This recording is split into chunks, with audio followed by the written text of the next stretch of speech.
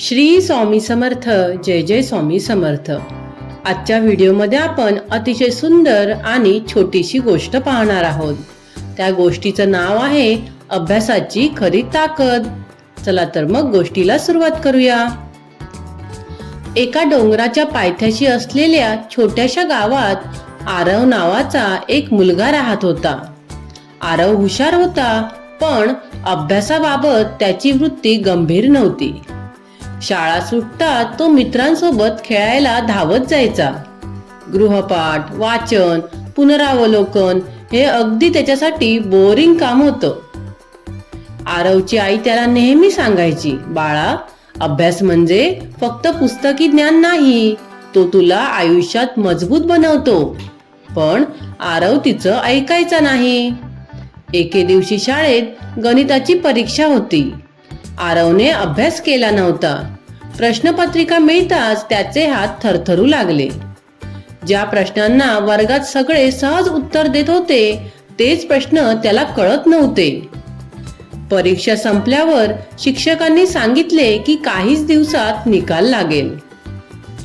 निकालाच्या दिवशी आरवचे मन धडधडत होते. त्याला कमी गुण मिळाले होते.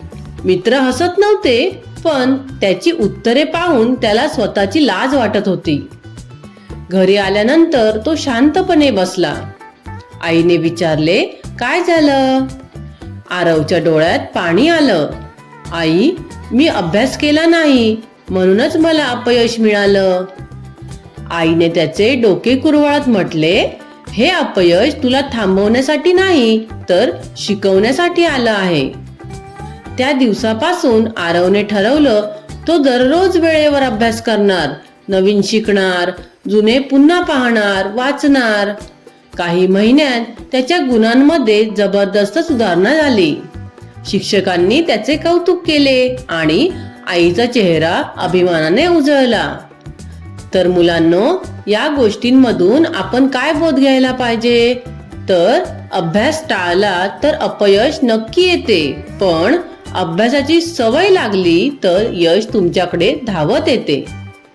मित्रांनो आणि मैत्रिणींनो, तुम्हाला माझा आजचा हा व्हिडिओ आवडला असेल तर व्हिडिओला लाईक, शेअर आणि माझ्या चॅनलला सबस्क्राईब करायला विसरू नका. पुन्हा भेटूया अशाच एका नवीन व्हिडिओ सोबत. धन्यवाद.